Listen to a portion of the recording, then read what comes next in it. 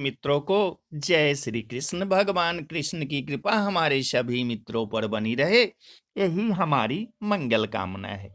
तो ऋषि दुर्वासा के पीछे क्यों पड़ा था सुदर्शन चक्र? ये कथा जो है वो राजा अम्बरीश से जुड़ा हुआ है। राजा अम्बरीश ने एक बार अपनी पत्नी के साथ भगवान श्री कृष्ण को प्रसन्न करने के लिए वर्ष की सभी एकादशियों के व्रत का नियम किया।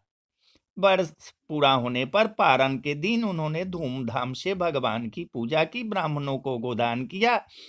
यह सब करके जब वे पारण करने जा रहे थे, तभी महर्षि दुर्वासा अपने शिष्य सहित उनके यहाँ पधारे।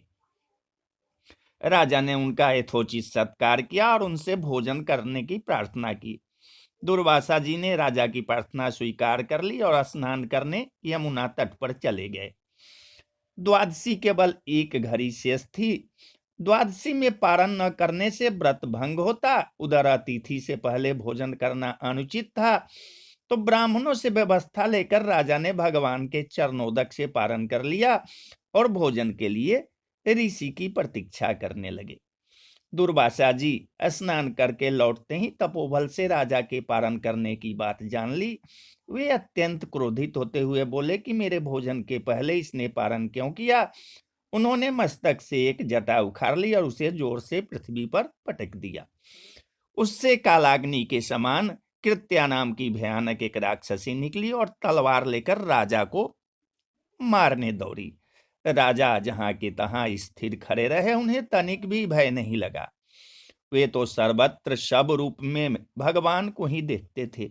उन्होंने तो कृत्या भी में भी भगवान ही दिखती थी, परंतु भगवान का सुदर्शन चक्र जो भगवान की आज्ञा से पहले से ही राजा की रक्षा में नियुक्त था, उसने पलक मारते कृत्या को भस्म कर दिया और दुर्वासा की ओर दौड़ा।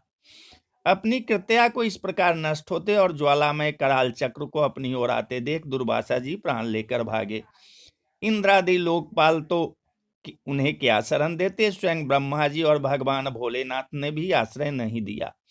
दया करके शिव जी ने उनको भगवान के पास ही जाने को कहा। अंत में वे बैकुंठ गए और भगवान विष्णु के चरणों पर गिर पड़े। दुर्वासा ने कहा कि हे शरणागत वत्सल, हे ब्रह्मण्य देव, हे आर्त जन रक्षक, मेरी रक्षा करो। प्रभु ने कहा, महर्षि मैं स्वतंत्र नहीं हूं, मैं तो भक्तों के पराधीन हूं। अतएव ऋषिवर आप उन महाभाग नाभाग तनय अम्बरीश के पास ही जाएं, वहीं आपको शांति मिलेगी। इधर राजा अम्बरीश बहुत ही चिंतित थे। उन्हें लगता था कि मेरे कारण दुर्वासा जी को मृत्यु भय से ग्रस्त होकर भूखे ही भागना पड़ा। यह सोचकर केवल जल पीकर ऋषि के लौटने की पूरे 1 वर्ष तक प्रतीक्षा करते रहे। वर्ष भर के बाद दुर्वासा जी जैसे भागे थे, वैसे ही भयभीत दौड़ते हुए आए और उन्होंने राजा का पैर पकड़ लिया। ब्राह्मण के द्वारा पैर पकड़े जाने से राजा को बड़ा संकोच हुआ। उन्होंने स्तुति करके सुदर्शन को शांत किया। तो बोलिए जय श्री कृष्ण, जय श्री कृष्ण।